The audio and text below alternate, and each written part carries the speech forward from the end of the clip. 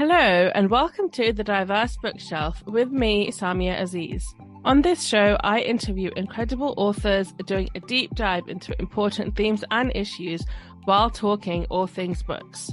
Today's guest is really special, and I can't wait to delve into a conversation about women, freedom, feminism, and community. I read Hood Feminism a few years ago and found it so refreshing, thoughtful, and nuanced, forcing us to re-examine the struggle for greater freedom and rights for women everywhere. Mikki Kendall is a writer, diversity consultant, and occasional feminist. She has appeared on loads of TV shows and media outlets, including the BBC, The Daily Show, Good Morning America, Al Jazeera, and Showtime. She discusses race, feminism, police violence, tech, and pop culture at institutions and universities across the US. She is the author of the New York Times best-selling Hood Feminism, which is also recipient of the Chicago Review of Books Award and was named a Best Book of the Year by BBC, Bustle, and Time magazine. Her essays can be found at Time, the New York Times, The Guardian, The Washington Post, Essence, Vogue, Boston Globe, NBC, and a host of other sites. Hi, Mikki. Welcome to the show. Thank you so much for joining me today. I'm really looking forward to talking about your work and feminism and Hood Feminism. So thank you so much. Thank you for having me on. And obviously your book, Hood Feminism, is primarily about the feminist movement and women and Black women living in America. But I think there's so much that we can take from it more generally around the world. And I think a lot of the cases of, or not the cases, but the feminist movement in the UK and the issues that we have with housing and poverty and politics and police brutality, so much of it is similar. So I think that there's a lot that we can talk about, and I really hope that anyone listening will take a lot from it. So the title of your book is called Hood Feminism, and this isn't a phrase that has been around for very long. I'll say that you coined it. It's your phrase. So how would you define Hood Feminism, and why did you think it was necessary for this concept to be introduced? So Hood Feminism is the day-to-day work, right? The lived experiences of people in their communities, generally low income. And although I structure it around the hood because that's where I grew up, It could be the barrio, it could be a reservation, it can be council flats, pick your location. It's the same all over the world, right? And the thing is, we often talk about feminism as though it's this lofty ideal that takes place in academia or in, CEO offices, that kind of thing, but never about what it looks like in a community.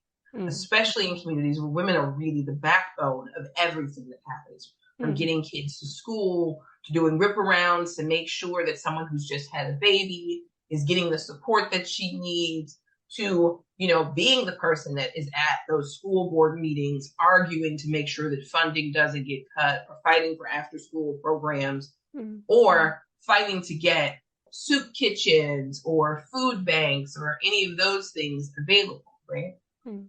And one of the things about that kind of feminism is that not only is it often unremarked, it is functionally where the most work gets done, right? When we are talking about policy decisions, that's the other place big chunks of work get done. But policy decisions are rare, relatively speaking, compared to the day in, day out, every community all around the world. Women's education dictates how a community's health goes. Women's education dictates how a community's access to resources goes, right? If we are thinking about feminism as something for all women, we have to talk about the women doing the work. And by women, I'm including trans women, I'm including non-binary people, right? That's a flexible catch-all term. Because what tends to happen is that because we don't see it, because it's unremarkable, we take it for granted. And so the reason I feel like that phrase is important is because, we have Black feminism and academic feminism and Islamic feminisms and all of these other terms, but we are not talking about those women whose names we will unfortunately never know, right? We'll know a handful of names, but you will have kids in low income communities all around the world who have a Miss so-and-so, an aunt so-and-so, who made sure they ate, who got after them about grades and school, who was outside on her stoop, on her step, whatever, right? We all have that one auntie or grandma figure who knew everybody's business and always made sure, right? Like there's something weird going on. I'm coming out. I'm right here. I'm intervening with police. I'm intervening about the guy following kids home from school. That's all feminist work. Yeah. She saves lives, right? We don't give her credit for that, but that figure saves lives over and over again. Because if you really listen to the stories of the kids who make it out of low income, bad communities, right? Their story always includes a Mrs. Miller, you know, an auntie so-and-so. They've got a woman, usually, who is not necessarily their mother, not necessarily related to them, but who every kid knows, who everyone respects. That's the feminist work that we don't see and don't remark on. It is also the feminist work that is how so many of us make it to be in the policy conversations, make it to boardroom. Absolutely. And your work forces us to take this sort of intersectional approach. So essentially, what it is that you bring forward is that we can't talk about feminism unless we talk about the intersection between gender and race and class and probably faith and all these other things. But traditionally, and I know that we do have like strands of feminism, I guess might be the right word to use, like Black feminism or Muslim feminism or liberal feminism, whatever you want to, whatever the different types are. But there hasn't traditionally been this big intersectional approach, which is that actually let's take a step back and let's realize that everything is interconnected. And until we understand and until we reflect that in our feminist movement, we're not going to get as far as we need to get. Now, why do you think that this kind of approach has been ignored for so long? Because it's easy to think that the person that doesn't look exactly like you doesn't have your experience, right? I gave this talk this past weekend, as a matter of fact, at Duke. And I talked about the fact that if you were to sit everyone in the room and ask how many people in this room had had a fight with their mother, had ever been worried about paying their bills, had ever been poor or cold or, you know, afraid, sooner or later, you would see everyone's hand go up. Sooner or later, your hand and the hand of someone who in your head is nothing like you would be up for the same thing, right? But we don't tend to construct the world that way. We tend to construct the world as us versus the other, and the other could be any of these groups, right? And so, like, one of the things that tends to happen in America is that often the UK and Europe in general, but the UK in specific, and Canada too, are presented as being so much better than America because of nationalized healthcare. And then, you know, there's an attitude of like, oh man, if I could live there, things would be easier. And I'm always, because I travel so much, I'm like, council estates tell me that it is the same thing as the projects. It is just got a fancier name. Yeah. Right? Council estate sounds much fancier than it looks. I gotta tell you, right? Yeah. It's still tower blocks, and ours are not tower blocks, but it's the same basic concept, right? Food stamps in America and universal credit and hunger have a lot in common, right? We do not have universal health care, but we have a program called Medicaid, which is closer depending upon where you are for poor people, blah, blah, blah. So we have more alike than we have that is not alike. And that structure of better is a little dubious, right? Yeah. The US has far more gun crimes than anywhere else in the world. Everybody can beat us on that. The UK has far more knife crimes than we have ever had, right? And as you start breaking down, like, the differences, you start to realize that even though it's easy to structure America as the bad place and all these other places as the better places, the reality is that none of these places are really that great. Exactly. Every government is pushing propaganda to you about another country being worse off than you are, right? And the US, for a lot of places, has become a convenient foil to say, well, it's bad here with universal credit, But you could be like the US with no health care. And I'm sitting there looking at the documentaries about universal credit and going, so we have a program called TANF, Temporary Assistance for Needy Families, which is the cash assistance. You all are getting the exact same welfare programs we have, the exact same public assistance programs we have. And they're all trash, right? Yeah. But they're selling them to, Tories are selling them to you by saying that they're better than what America has. And so for a lot of this, we are thinking that somebody else has it easier, somebody else has it better, somebody else has it different. The reality is that it's different in the way it's packaged, but the impact is essentially the same. Yeah, definitely. And the reality is that in wherever you are, whether you're in the UK or US or Canada or Germany, the wealthier you are, the better off you are. Like that's just as simple as it is. Like that if you take a rich person, they're going to live probably as comfortably in the UK as they would in the US. It's the same thing. And the same if you're poor. If you're poor in the UK, you're still going to be poor in the US and vice versa. It's not like a magical, there's no genie, no genie lamp. Right. And that's the thing, because when we start talking about feminism, I think there's also a tendency to look at women in the West and say, well, they have so much. What are they complaining about? I don't know if they do this in the UK. In the US, the favorite anti-feminist rhetoric is to say, well, you could be someplace with the Taliban right now. That's the favorite line that they're spouting here right now. And then because I am an awful person, I start to ask them questions about conservative fundamentalist Christian groups in America and about the family annihilations that are happening sometimes in those communities. And they start to get really nervous. Like they start to get really shook. And then I bring up, like, we have a real problem with trafficking in conservative Christian groups. Sometimes they are FLDS, which is the Church of Latter-day Saints, the Fundamentalist Latter-day Saints, an offshoot of the Mormon church here, even though they will say that there's a total schism and it's a whole complicated other thing. But sometimes they are the Duggars, the Quiverful, or whatever, right? So if we're saying these things are bad, women being told to cover and all of these things are bad in Afghanistan, we have the exact same rhetoric happening in Arkansas, right? It's just who is saying it has changed, right? So when you start to kind of get into like those nuances with people who say, we don't need feminism because blah, blah, blah reason, I'm always like, you understand that the progress made is not progress that is permanent. The overturning of Roe v. Wade tells you that none of this progress is permanent necessarily. Exactly. Yeah, exactly. And it reminds you that so long as we have these systems that are skewed and corrupt and patriarchal, and we have the same people in power and the same lack of actual democracy, all our civil liberties and freedoms can be taken away. So, it's just really shocking.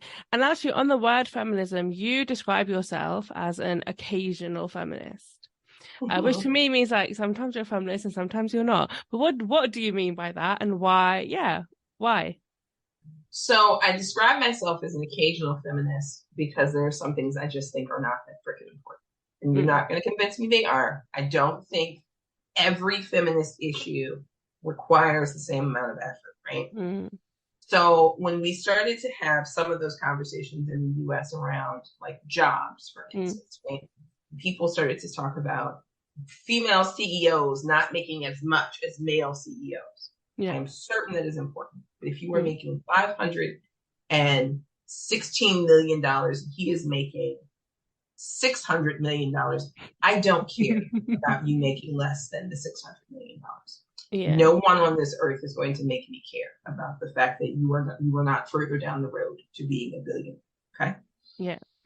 And my logic in that, not that it couldn't eventually be important, is that for many women, they are not making enough money to survive the day. Absolutely. And I only really care about the feminist issue that impacts the most people, right? I will eventually care about the more esoteric issues when we solve all of this stuff, right? In my hierarchy of priorities, though, I'm not going to care that your CEO compensation is only 3/4 his CEO compensation. I care about the person who doesn't have a chance to become a CEO. Care about the ways that we will say, you know, there was a big push for a while against women taking their husband's last name, right? And like, if you're being coerced and abused into it, I care. If this is a debate between you and this dude that you are marrying and you want to take his last name because you don't like your daddy's name, that is between you and that man. I don't have it in me to make of this a big feminist issue, right? Because that is your individual choice that affects, to be honest, your life and your children's lives. And I have no idea what the details are because it's none of my business, right? But on the other side of that, I want feminism to be for real, to take the other issues of basic needs more seriously, which is why I say I'm an occasional feminist. Sometimes I'm a womanist, sometimes I am just like a raving street preacher for all practical purposes. You know, people are dying right now. People are starving. People are freezing. People are hungry, kind of a thing. Because sometimes feminism, big name, marquee label feminism, latches on to things that don't mean nothing. Yeah. There was a whole debate for a while about red lipstick, and I was like,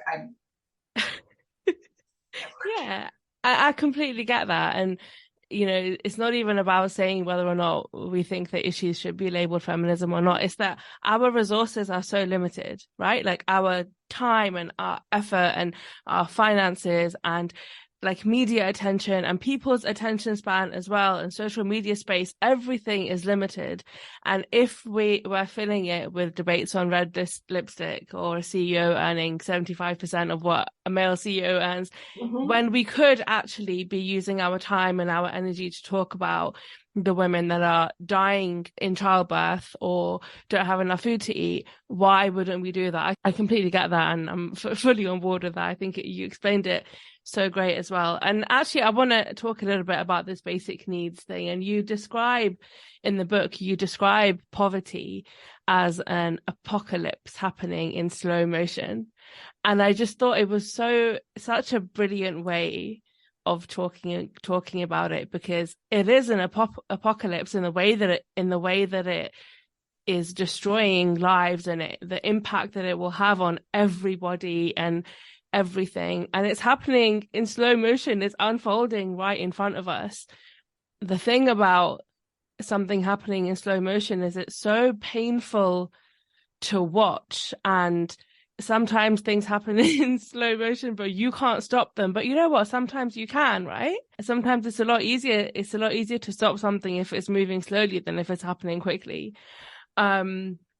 And you talk about this idea of the criminalization of poverty, which again, I thought was really great, because we see around the world people being forced to make impossible decisions about their survival. And instead of being supported in trying to survive and thrive, they're criminalized because of having to make these decisions, which is not their fault anyway. So I wondered if you could just talk a little bit about that. So one of the things that I noticed when I first divorced my ex-husband, I was very poor. And I was renting an apartment that was around $450 or $460 a month, right? A 2-bedroom apartment. I had around $600 a month coming in for sure, because I was in the military.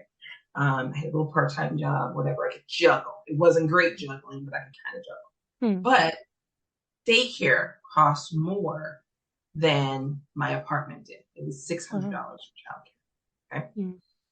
And I had to apply for what's called childcare subsidy here, and it's just to help you pay for daycare, and there's a copay, and it's a whole thing, right? And so I'm doing all of the steps. I'm trying to do all of the things. And my ex was violent, and so Children and Family Services have been called as standard. If you are arrested for domestic violence, they come and they pay a visit, right? And so I had already gotten, by the time they came, I had already gotten several things, and I was in the process of getting more things. And what this caseworker said to me, now, I have been abused. I have thrown out the abusive man. I've done the parts that should be their concern, right? But the caseworker is sitting on like my little crappy couch that I got from the curb and says, well, it's good that you have furniture and food, because otherwise I'd have to take your child. And I said, Okay. Because there's nothing else you can say in the moment. Hmm. And right, you can't get upset. You can't give them a reason, right? Like these are things. She goes on to tell me, right? And I now recognize this was her giving me a heads up, basically. If you are unhoused, if you do not have food, if you do not have XYZ, the solution would be to take your child into our care, right? Not to help me get those things, but to take your child into our care. Now, I am sleeping on a futon mattress bought at a garage sale for $15 on the floor, right? I have argued with my ex. Part of the fight that was like the final thing is that he didn't want to spend money on things for my kids' room, right? And it was my money. I was spending it on a bed and some other stuff, okay? Because we were poor. We were poor. We had been evicted because he hadn't been paying rent and a bunch of other stuff. And like, I'm trying to clean up the mess that he made. And in the process of me trying to clean up the mess, he had to go. Okay, great. I was already over it. I wasn't upset about the breakup. I was upset about the fact that he wouldn't just go. And then he got violent about the not going. So now he's gone. Great. But now the state is telling me that because I am poor, because I have taken the step to remove the abuser from my house, I am now subject to increased scrutiny and judgment over whether or not I am moving fast enough to accumulate resources for this child.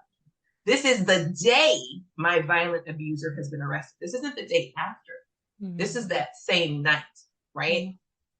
I still have ice on my jaw. Like, we haven't had a chance to recover from anything, right? And so the next day, I got to go and I got to make sure that I apply for food stamps and I do all these other things, right? And I'm still trying to get on my feet. And now I know a clock is ticking because we're going to be back in a couple of weeks and I need to have more things in there. And I was lucky because I was a veteran and I had gone to community college, and I was talking to one of the people there who was like, oh, we can adjust your loan amount, right? You go into debt to fix this problem, but it's in the moment, it's fine. We adjust my loan amount and whatever, and I do the thing, and it's fine. Keep my kid. But at no point in the poverty metric was anyone offering me any solutions, right? I had to scramble around and figure out how to apply for resources and do these things by myself. And I speak government, right? Forms. I speak English fluently, all of that. But periodically when I think about it, I think about what would have happened if I had a harder time with reading, if I had a harder time with forms, if I wasn't a veteran, if. Because people lose their kids every day for being in the exact same situation. People go to jail for neglect every day for being in the exact same situation. Those people usually look like me, right? We talk a lot in America right now about the Indian Child Welfare Act, which is an attempt to remove indigenous children from their homes and adopt them off to white families. There's legislation that prevents it. People are trying to overturn it. There is a second crisis, sort of hidden, which is that Black families who have contact with children and family services are 65% more likely to lose custody of their children.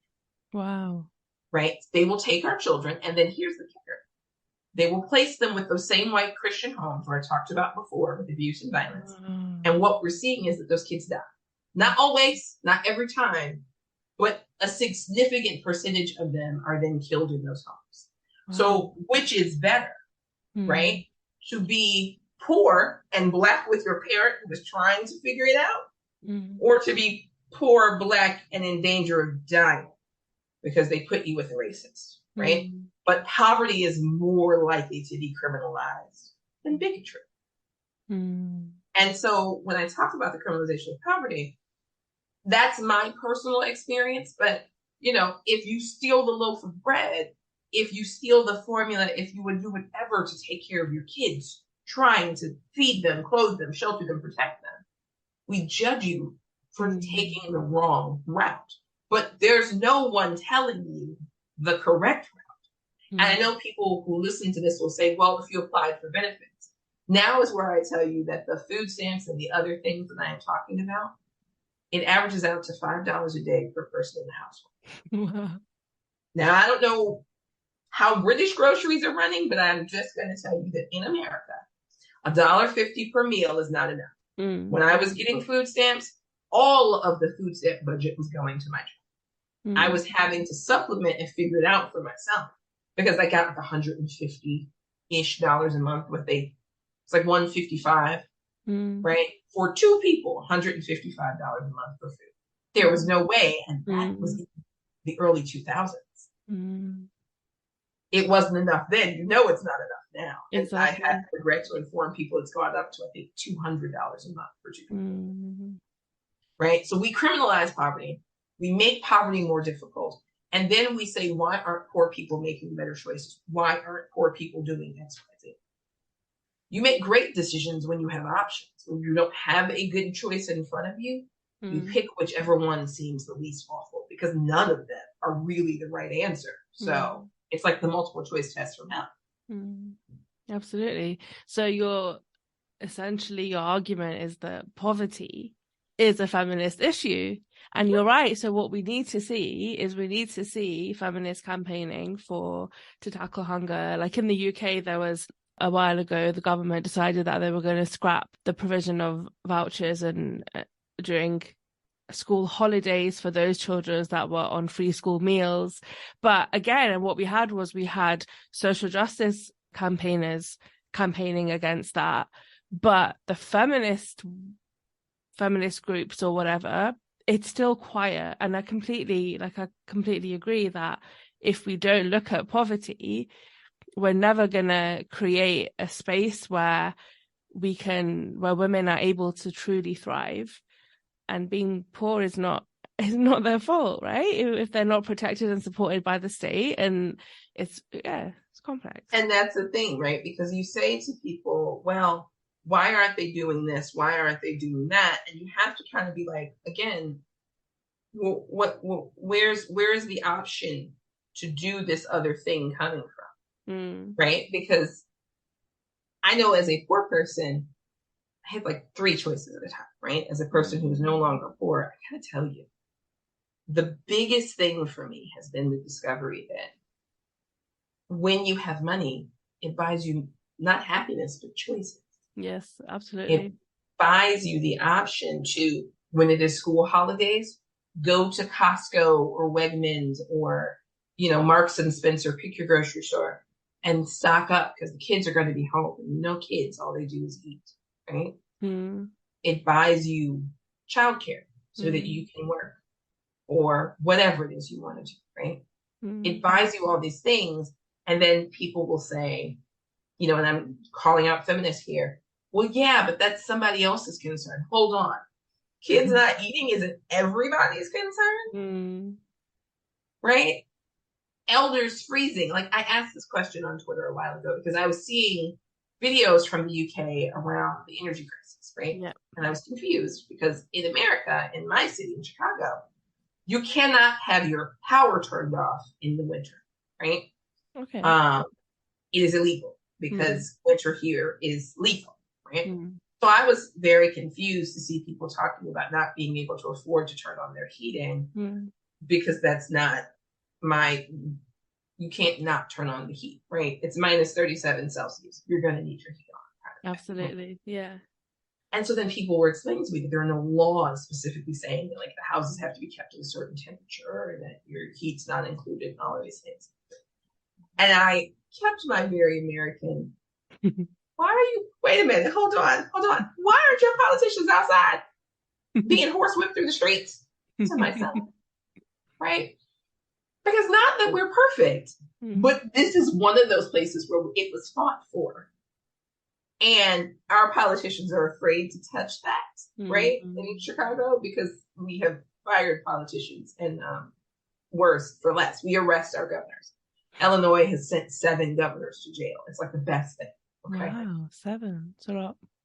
Yeah. Well, see, if you put handcuffs on politicians, they behave better. Right? This is my brother. Sure. Yeah.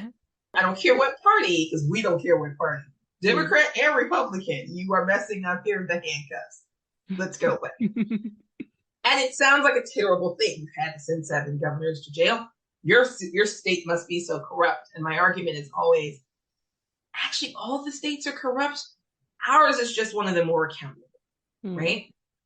Because then there's certain protections they're afraid to touch, because when they try to touch them, we're not just voting you out. We start doing a little more digging and maybe we send you to jail.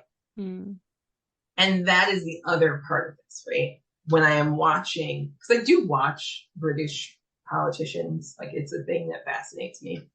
The little wigs also are a thing that I find high comedy. I know that you all will probably think this is a ridiculous fascination, but just go with me for a second. Because I start thinking, like I looked up how much the wigs cost, and I was like, so let me get this straight. Those wigs are expensive. Yeah. The whole kit is expensive. You are standing there in several £100 worth of theatrical costume, telling poor people they need to make better choices. Come here, let me kick you. Yeah. I'm not even British, and I'm just like, right? I feel the same way about American politicians. But it is why I look at feminism like, hey, the same guys that don't want to take care of poor people, they want to take away women's rights. Yeah. Right? I saw that news story about the Metropolitan Police officer who apparently has been sexually assaulting women for his entire career. Yeah. And then the politicians kind of acting like, he had no idea. Wasn't there a previous scandal about some of you doing the same thing? Like, several. I'm just a rogue American, and I remember those stories. Are you counting on your population to not notice that you don't care about poor people, women, or children? Because I noticed it. I assume other British feminists have noticed it. Maybe calling them out for all of these things would make them do their job. Absolutely. And I think one of the growing frustrations that we have in the UK is just this lack of accountability for our politicians. Like, you know, we have literally millionaires sat in Parliament making decisions and coming up with awful statements about how, you know, families can live on £20 a week. Nobody can live on £20 a week. And you know, assuming that, you know, a small subsidy is enough and it's benevolent and it's great. It's just, and yeah, it's the lack of accountability that has caused a major voter apathy in the UK, because everyone just feels like, well, nobody has our back. No one is on our side. And sort of in line with poverty, is you talk about housing being a feminist issue and how it should be considered a feminist issue. And this is hugely relevant around the world. And especially I know in the US and in the UK, like house prices are just insane. And now because of inflation, like mortgage interest rates have like shot up as well. And it means that if you haven't had your mortgage fixed every month, your payment has probably increased by £300 a month on average. Right. Which is a lot. Like that's a lot for the average household to deal with. But also we're seeing this issue with gentrification, which is in line with poverty, but also housing, and how actually we're getting these new builds being built in sort of a lot of rundown parts of cities, and it's pushing people out because they can no longer afford to live there, even though they've been there for generations at a time. But what these fancy cafes and these high-rise, very new, swanky apartments that are also quite small, but that's another conversation. Usually built by an idiot. Yes. Like, I say this as someone, so Chicago is having this same thing, right? Where we are, and all of Illinois, really. Illinois has become there was one of those maps about climate change, and I'm in one of the states that's supposed to be a good place to live. And the price hikes in places that I know you do not want to live, right? Because we have floodplains, among other things, right? So yes, they have built it and they've told you it is pretty with its gray laminate flooring and its shiny bits. And A, it's made of plastic. They slapped it up in 6 weeks. Yeah. B, it floods there, or it tornadoes there, or whatever, where they shoot there. These are all things, right? And the thing about housing as a feminist issue is that you can't do anything else without housing, right? Yeah. I don't entirely understand how the UK's benefit system works. I know for public assistance here, you need an address, right? Like that's one of the first things you really need to get anything else. Yeah. You need an address. But of course, securing an address without money or without enough money is very difficult. Yeah. Now, you definitely have workarounds. People have come up with $1,000,001. But when we talk about housing, housing is foundational to everything else. Yeah. If you have a place to live, whether it is a bed sit, I think is the term you usually call it a studio, or sleeping room only, SRO, whether it is a bed sit or a 1-bedroom or 2-bedroom flat, whatever, what you are really doing, not only is this where your mail comes, this is where your brain can rest. This is where you can use that address to go get, medical care, other things that you need. Mm. But I know that, like, the apartment I grew up in was around $700 when I was a kid a month, right? That apartment is now $3,100 a month. Wow. Right? I can never go home again, right? And it's there. I can physically visit it. But my memories of that place and of the kind of people who lived in that place, they're gone, right? Because people who can afford 3,100 are a very different kind of people, right? And it is one of those things when we're talking about housing. We are watching communities be taken apart, like you said, for boutiques, fancy mayonnaise, whatever it is these stores sell, right? Like they sell some real goofy stuff. And then those stores go away. This is the part that gets me. After that big boom in New York City of all the, like, we moved to Brooklyn, we opened a mayonnaise store. Those things are closing. And there's just empty storefronts left behind. Yeah. The people have been moved out who lived there, who built that area. And now what? Right? Because those higher rents, no one's coming behind you to pay the next keep. Yeah, absolutely. Right? I'm not going to pay the rent for a 2-bedroom in Chicago in one of the swankier buildings was $2,300.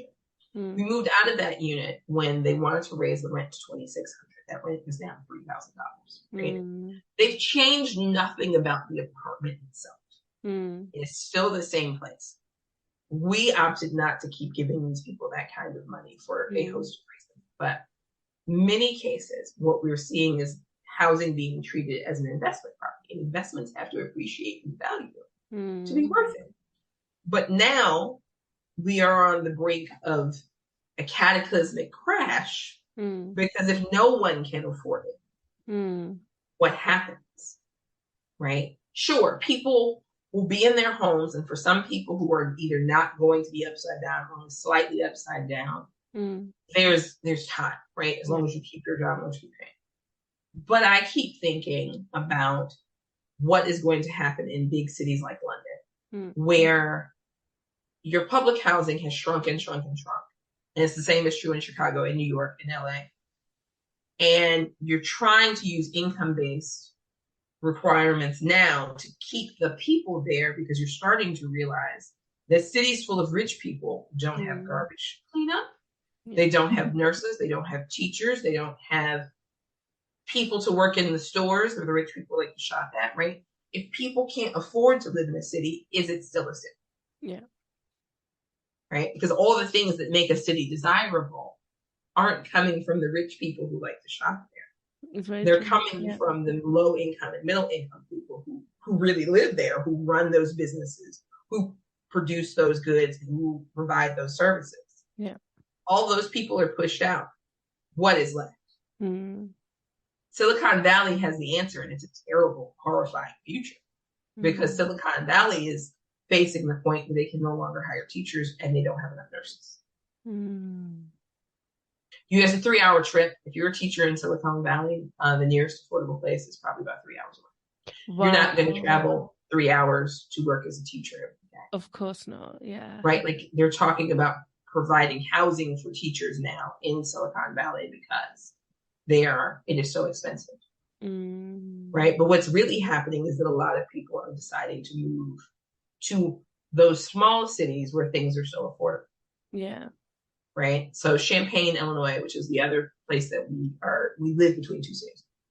In Champaign, you have people who work in Chicago, but they live 2 hours away from the city. Right? And now with remote work, it really makes sense. But the reason they're doing that is they really can't afford to live in the city where the jobs are. Yeah. Well, will the jobs stay there if the people aren't there? But so when Yeah, Okay. but then the other issue is that then if you have more people moving to places like Champagne, Mhm.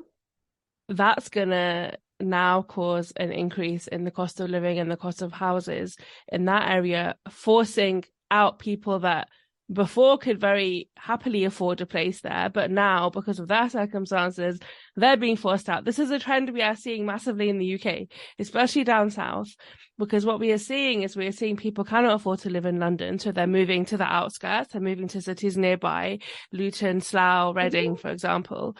And here on the outskirts, the house prices are getting really high, for which means that people that have been brought up in these areas and born and their whole lives are here are all of a sudden like, damn, we can't afford property. So they're moving even further up north. And it's just everyone seems to be pushing everybody else out. But where are we going? And like what, it can't carry on like this. It just can't. And of course, I didn't even think about the fact that it's going to change the makeup of cities, to Oh, completely change the soul, I guess, of places as well.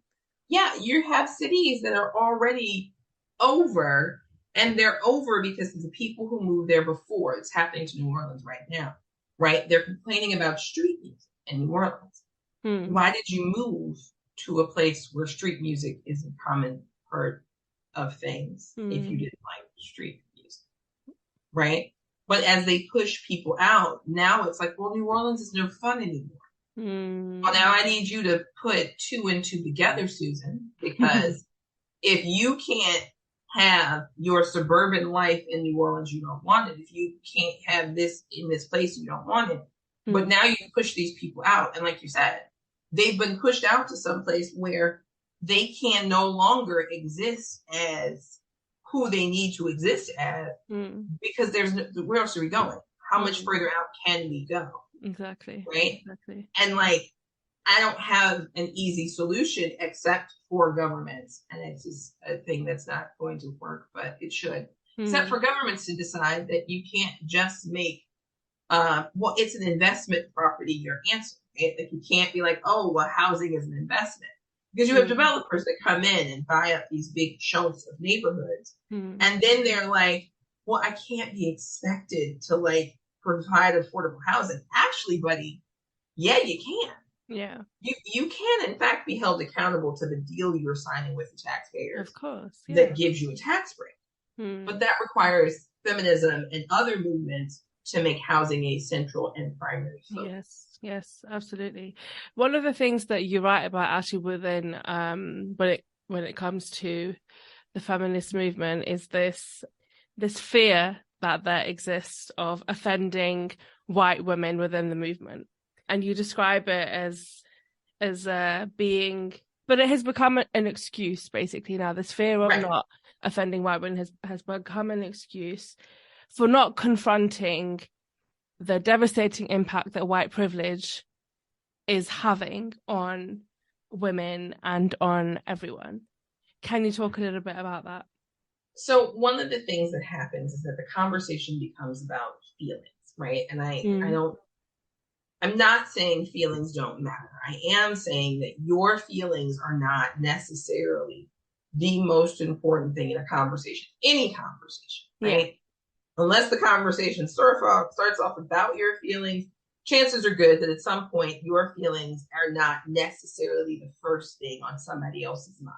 Yeah. And what tends to happen is that we will say, oh, well, we want white women to do whatever. We Mm, can't hurt their feelings. And I'm like, it's interesting that you say that because they're not saying that. They're mm, not, as a rule, that concerned about the feelings of the people they're talking to. Because if they were that concerned, I wouldn't have the conversations I have about my hair. You wouldn't have the conversations you have about wearing a hijab, right? mm, And this is well-meaning white women. I'm not even talking about the others because that is a whole other thing. So if you are well-meaning and you know that you want to do this thing, then you have to be ready to get your feelings hurt. You mm, have to be ready to hear that you are wrong, that you are bad, that you were bad at the job. And bad here is not necessarily a judgment of your character or your personality. Bad in this case could just be that you're not doing things, you're not as good at things as you think you are. right? Yeah. And there is a tendency to be like, well, but if we're not nice to white women, then how will we get things done? How will we get white women to get things done? Right? Like, white women are not children, right? In feminist circles, they're not children. Yeah, you don't need to I pacify coax them. 4-year-olds to do things, and I actually don't even really coax 4-year-olds that often to do things, right? I don't coax adults. Yeah. Right? If we are two equals having a conversation, it's not my job to make you feel better. It's my job to tell you the truth. Yeah. Right? And I think a lot of times in these spaces around race and class and gender, whatever, we're so busy trying not to hurt the feeling of the person most likely to cry. We never consider the possibility that those tears are manipulative. Yeah. That entire performance is just that, a performance. And that performance is really about making sure there is no chance of accountability. There is no point at which you are going to have to be held to a specific standard because you have chosen, and you in this case is the general you, to make it about your feelings so that you can avoid accountability, so that you can avoid having to change, so that you can avoid confronting your fathers, your uncles, the votes that you are making or whatever, right? And a lot of feminist work gets bogged down in feelings, in likability, and things that are, frankly, from my perspective, pretty useless. Exactly. Because there's work to be done, right? I don't have to like you to do the work with you. I don't even necessarily have to talk to you after the work is done, right? You can hate my guts and we can work towards the same goal, right? Sure, it would be easier, it'd be whatever. But if we think of it as less about family and friends and more as co-workers, feminism would get a lot more done. Yeah, and I agree. Yeah, definitely. I think we don't need to have this emphasis on like all of us being friends. Like you can care about the same things, but not be friends. You can be different and be disagreeing and whatever. And you're right, there is so much work to be done. And hood feminism for the first time almost 3 years ago now, and I still think about it on the regular, and it makes me angry. Like it fills me with rage. But the reason why I think I still think about it is because I see elements of it in my everyday life. Now, you talk about in the book is, you know, the fact that we need to, within the feminist movement, think more carefully about maternal mortality and healthcare. And in the UK too, and I don't know any statistics, but I do know, and this is from my personal experience, that for women of colour, and I'm sure for Black women, there is a huge inconsistency with how we're treated. There is stereotypes, there is prejudice, there is neglect, and it is having literally life-threatening consequences. So if you wouldn't mind, if you could talk a little bit about how we need to make sure that we bring access to healthcare and the issue of maternal mortality, despite living in places like the US and the UK, is still a major issue. And for women, Black women and women of colour, and how we need to bring this to the fore of feminist movements. So one of the things about it is that what we're seeing is, for a lot of Black women in particular, but women of color more broadly, things that would be warning signs in a white woman are ignored by medical doctors. And they're ignored by the nurses, and they're ignored because of internalized bias, right? And now I'm going to bring, weirdly enough, Prince Harry into this and Meghan Markle, right? When British press saw her touching her belly, and they started to be like, oh, she's doing it for attention and whatever. Anyone who's ever been pregnant knows that hand gesture, because either your stomach is bothering you or the baby has decided that your bladder is a trampoline. And there's only so many places you can put your hands. Also, when your body is changing, right? You put your hands on your back, you put your hands on your belly. It's just natural. It is what you do, right? And I remember thinking, if that gesture is so offensive and attention, you can only imagine how you're treating pregnant women. because that was the most benign gesture in the history of justice, right? Yeah. And like, I listened to his book and he's talking about that and some other things. And I kept thinking, I bet this is the moment when you understood what racism really was. I bet, not that you hadn't believed her, but even he was kind of talking about like focusing on this thing. And I said, that's the moment, isn't it? That's the moment when it suddenly dawned on me. And I wish more feminist groups would have that awakening, right? Of like the most banal, mundane things are reasons to attack a woman, mixed race in your lexicon, Black in ours, for existing in public, right? We may also call Meghan Markle biracial, but that's a whole story. And the reason has everything to do with her not being fully white. Yes. Right? And that is highlighted by the responses to Kate doing the exact same thing. And I probably used the wrong terms here, but I am American and we don't understand the monarchy in any way, shape, or form. Go with me here, right? But if that's happening to those two with all of that power and privilege and yada, right? What is happening to everyone else? Because it's not just the press. The press is a big problem, right? But the press is preaching to an audience they know will be receptive, right? And I know that there is a narrative to say that race is a big problem in America. It's not a problem in the UK in the same way. And I always laugh because I'm like, you just proved that it is a problem. Like you just proved it all over the place. So it's a problem, yeah. But the press is doing the thing because they know they have an audience. And that audience isn't just existing in the hinterlands of wherever. That audience is in every walk of life. That audience sometimes gets on major national television and eats their foot, or publishes whole articles in the Sun and eats their foot. That audience is also in labor and delivery. That audience is also at the clinic when you go for a checkup, right? At the local surgery when you're going in and you first find out you're pregnant. And you don't know as a pregnant person when you are encountering those members of the audience, right? And by the time you find out, unfortunately, sometimes it's too late, right? And so when people are talking about reproductive justice, reproductive health, maternal mortality, all of these things, I always want to ask, when do we make medicine have this conversation with itself, right? J. Marion Sims, who is widely regarded as the father of gynecology, did all of his research on the bodies of enslaved Black. That is why so many of the things that you think of as being normal procedures are also uncomfortable procedures or outright painful procedures. The narrative that we feel less pain harkens back to slavery and the hysteria treatments, right? And the ability to commit your wife. It has nothing to do with medical science and everything to do with prejudices that are older than any of the people currently displaying them. But you can find it in medical textbooks.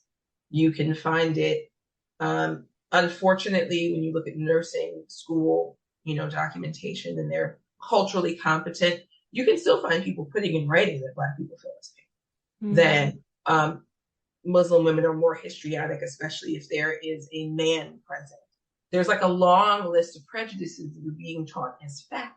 And then when those are challenged, you have people say, well, it's just this one thing. It doesn't matter. Is it one thing, or is it the thing that you practice every day on every patient that comes through the door several times a day? And what impact do those things have, right? I had a doctor who was convinced I was diabetic. I am not diabetic, but she was firmly testing me for diabetes because she swore that every negative symptom I reported was an indicator of diabetes. Okay. I actually have a tumor in my thyroid. It's a benign tumor. I have several of them. I have what's called a multinodular goiter, right? I've got 13 growths in my thyroid of varying sizes, and one of them is a problem. It has to be cut out. COVID is delaying my getting it removed, although I may just have to take the risk. But she never thought about that because she saw Black and female And on paper, I am obese, right? And I am obese because we changed BMI and where the lines are, but I am a weightlifter. So we are not going to be able to use BMI for somebody who swings kettlebells around, right? Of course, yeah. But she's white and I am black, and this is the conversation we're having. And a completely different physician, because we were arguing, we were having a moment by this point when she brings up the diabetes again. She's checked my A1C, she's checked my glucose. I'm still not diabetic, but I have other issues. Can we talk about those issues? Yeah. And she starts talking to me about weight loss. And like, I'm one of those people that when I do that, right? If you see the bicep, you see the thing, right? Wow. So that means it's not fat. We're not talking about fat. I'm carrying a lot of muscle. I need you to listen. And we're like hitting hammer and talk, right? Another doctor comes in to figure out what's going on. She's definitely doing like, is everything okay in here? No. She gets in the room. We're talking, and she has another physician's assistant. And the physician's assistant is trying to talk to me while she's talking to the doctor, trying to do a diplomatic thing. I turn my head, and the physician's assistant says, "Hold on, come here, please. Can I examine you?"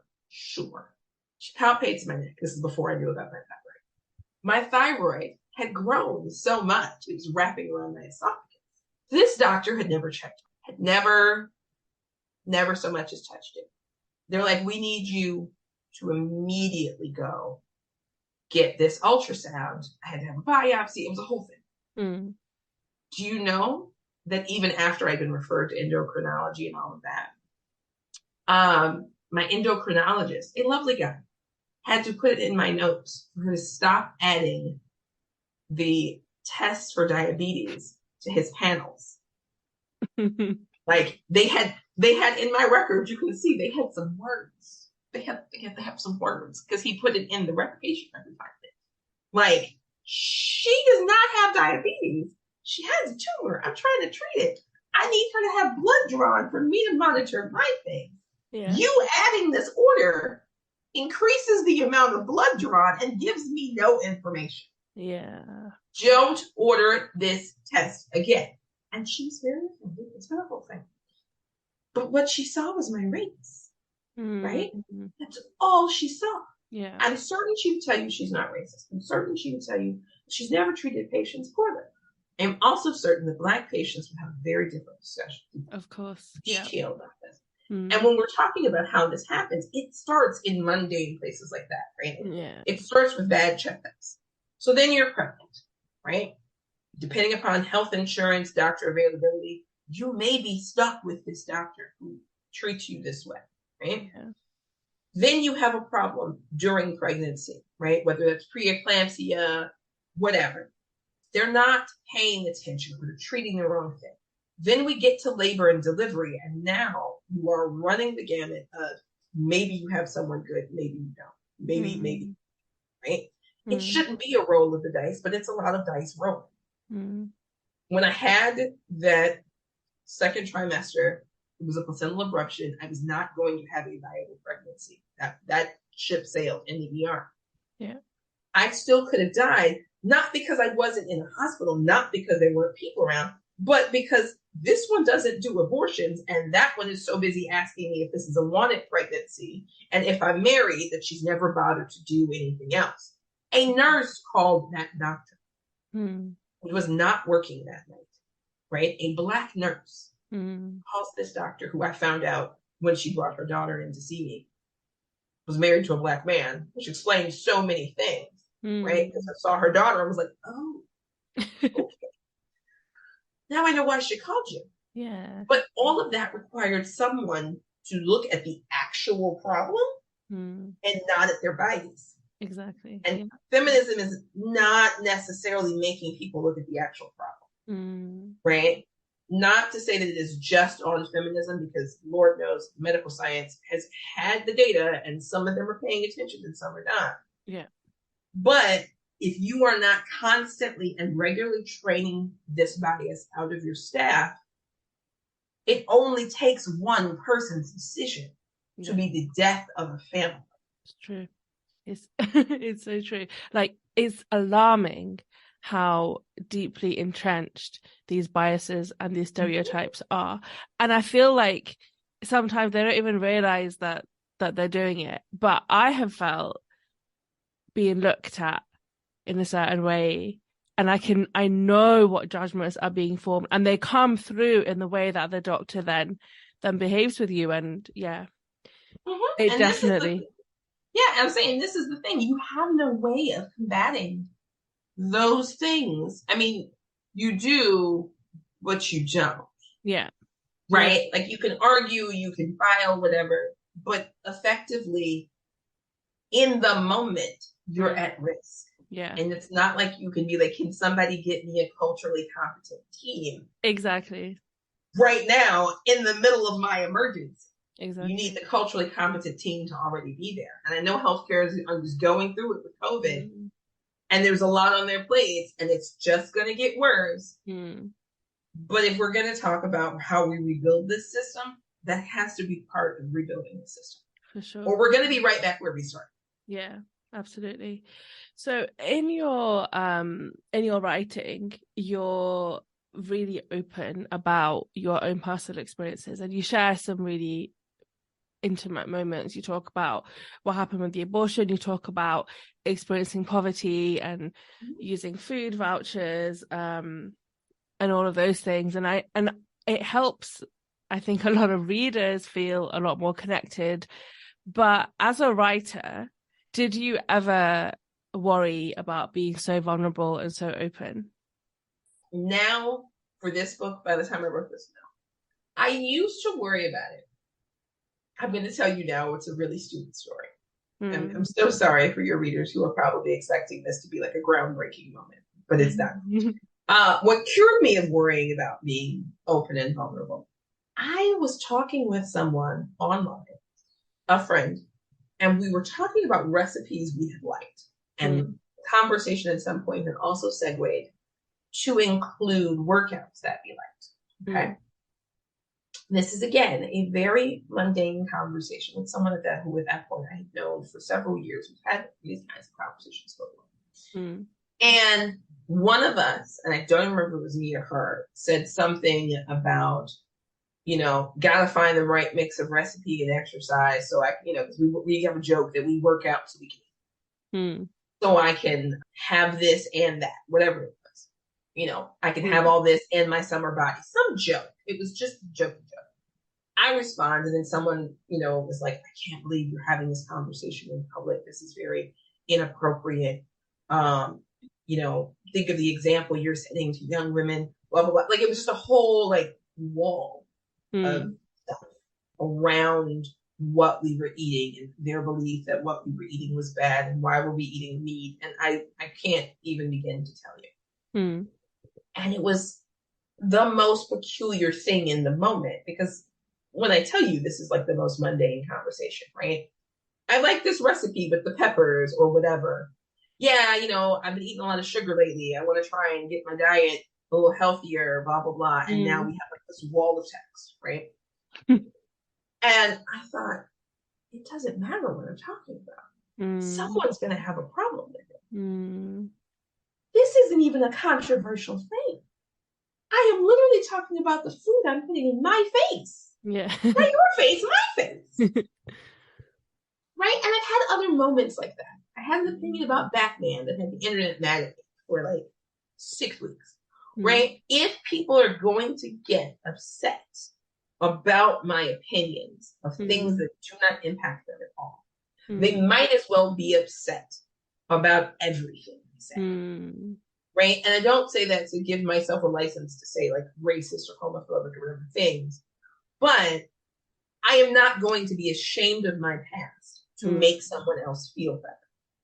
I am not going to hide my light under a bushel to make someone else feel better. I am not going to pretend that things were good when they were bad to impress someone or whatever. I am just going to tell the truth as I perceive it and I experienced it.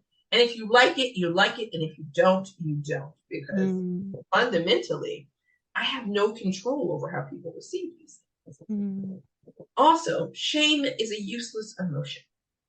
You've done the wrong thing, shame has a point and a purpose. The entire rest of the time, shame is useless, right? Being poor is nothing to be ashamed of. Being sexually assaulted is nothing to be ashamed of. Struggling at work or in school is nothing to be ashamed of. These are all human things, right? Being ashamed of going through hard times does what for you, right? As a genuine question for anyone who's feeling ashamed, right? If you've done the wrong thing and you've apologized and you meant the apology and you corrected your behavior, you can feel guilt, you can feel remorse and all of that. But also, shame is not maybe the thing to carry around forever, because there is no progress in shame. And if you haven't done the wrong thing and you've been the victim of the wrong thing, or life has really given you a swift kick up the hindquarters, what good is shame doing you? Yeah. Shame won't pay your bills. Shame won't feed you. Shame won't shelter you. Shame is just a useless emotion. So I feel like if people are taken aback or shocked, appalled, whatever, however they're feeling, your feelings about me are none of my business. They are your feelings. You can have them. Whether or not you share them with me is your choice. How I receive them, that part is my business. How I respond to you, that part is my business, right? But if we were telling the truth about more things, it would be harder to do bad things. Yeah. Right? Especially when we talk about poverty. Because we have made poverty almost criminal, and we have made poverty shameful, you get politicians who tell you to write policy, to sign off on policy, to vote for policy. I'm going to use Brexit as an example, by telling you the lie that it will be good for everyone, when in fact it is terrible, and it makes things worse, right? And we tend in a short-sighted way to think that I am not poor now. I'm not this person now. I will never be that person. If you had asked me at 16 if I would ever be living in public housing with a kid after a divorce, obviously I would have said no. Why would I do that? Exactly. Because there was no way for me to see that coming. It came. I did it. I survived. Now I'm here. I want the people who were 16 to see that this is a thing that can happen and there's a way out. But I also want the people who would be like, well, I joined the army or I did whatever. I went to college, to understand that you don't know what's happening in the halls of the college next to you. Right? All of those people, the other, they're in the same place as you are. Yeah. They're just going through things you're not. Absolutely. That was so profound. Thank you so much for sharing that. And you know what? I actually have a list of other things I wanted to ask you, but I'm very conscious of the time, actually. And I had never thought about it being so detached from reality. I just assumed it was based on like a warped kind of single-minded view of reality. But actually, listening to you talk about it, I mean, you're right. It's just so far detached. It's not even a perception of reality. It's just not reality. But yeah, and those people are not doing anything remarkable, but you are. And this conversation has also been remarkable. So thank you so much. It has been so lovely speaking to you. Really, really insightful. And I hope that anyone listening is able to take away something about the future that we can build and the power that we all have within us, and what happens when we come together to really create a brighter world for everyone. So thank you so much, Mikki. Thank you. Thank you so much to Mikki for her time today. This was such an insightful, interesting, and inspiring conversation. I loved every second of it, and I hope you all do too. If you enjoyed the podcast, please follow the Diverse Bookshelf on your podcast platform of choice and connect with me on social media. I would really appreciate it if you could rate and leave a review, as it helps more people find the podcast.